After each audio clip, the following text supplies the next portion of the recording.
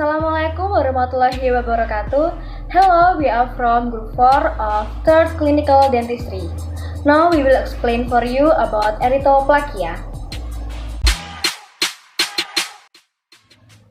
Hello, my name is Widya Puspitasari. I want to explain about definition of erythroplakia. Erythroplakia is a red lesion of the oral mucosa that excludes other known pathology. Erythroplakia is a red or erythematous patch of oral mucosa and is associated with higher rate to develop dysplasia and invasive carcinoma than leukoplakia. I will explain the etiology of oral erythroplakia. According to Journal Landini in 2017, although the etiology of erythroplakia is uncertain, most cases of erythroplakia are associated with heavy smoking, with or without concomitant alcohol abuse. Other risk factors are immune suppression, nutritional deficiency, and chronic sun exposure erythroplakia, or particularitis located under the tongue, on the floor of the mouth, and on the soft palate and anterior tonsillar pillar. Exhibit a high frequency of premalignant and malignant changes. Today, I want to explain about etiology of erythroplakia. Usually, oral erythroplakia is considered a rare variant of premalignant lesion with etiology and pathogenesis similar to that of oral leukoplakia. While fruit and vegetable intake may be protective, several studies have pointed to tobacco chewing, tobacco smoking, and betel quid chewing with or without tobacco and alcohol usage as etiology factors. As an etiology cofactor of erythroplakia, human papillomavirus or HPV infection have also been mentioned. Now I will explain about the clinical appearance of erythroplakia. Erythroplakia may appear as smooth and velvety texture, and then they will appear as a granular or sometimes on a nodular lesion. And they often with defined margins adjacent to normal mucus. The red lesion may appear with white spot or a small plaques. The lesion sometimes appear in multicentric lesion and rarely covers extensive areas of the mouth. The palpation of erythroplakia always feels so soft and not caused in duration. Thank you.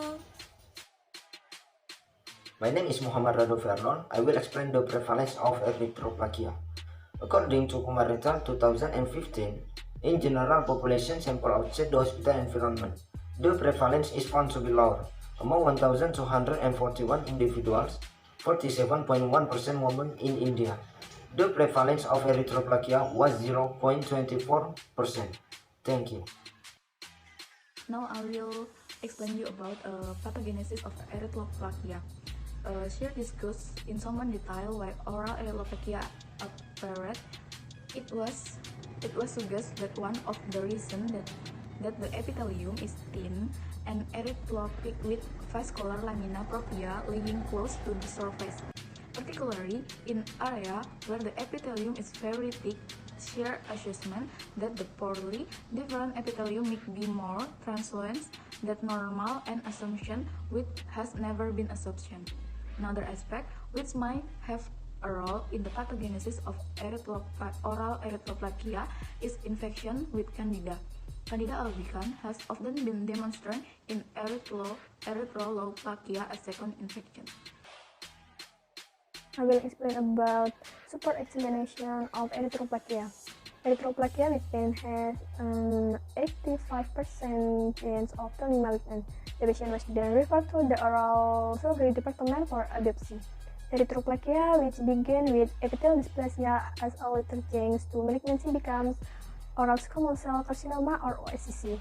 Biopsy is a standard. It is standard diagnosis erythroplakia to see the presence or absence epithelial dysplasia or even squamous cell carcinoma. And then biopsy is mandatory for all types of erythroplakia because 91% represent severe dysplasia, carcinoma in situ, or invasive squamous cell carcinoma. Phenomenon of cancerization.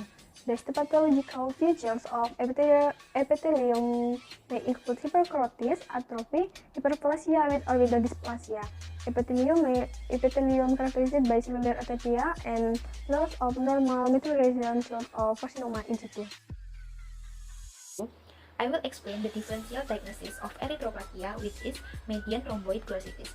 According to journal NAT-P and Pratt 2018, median rhomboid glossitis, also known as a central papillary atrophy of the tongue, is clinically characterized by an erythematous lesion in the center of the posterior part of the dorsum of the tongue and anterior of the circumpallate papilla.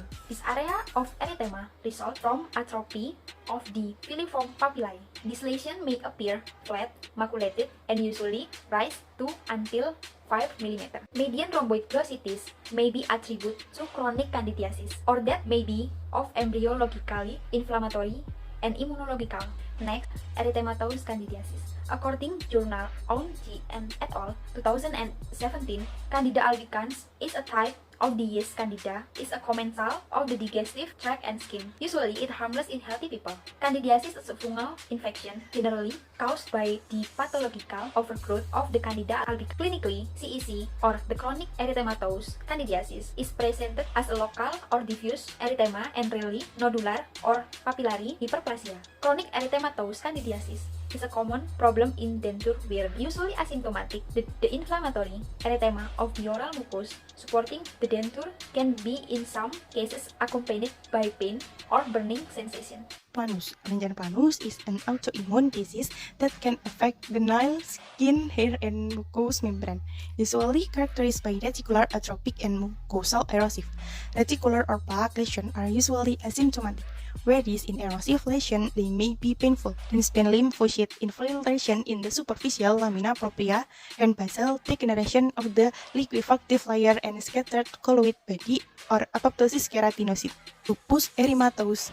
Discoid lupus erythematosus is usually characterized by a lesionoid pattern and erosive or inflammatory lesion.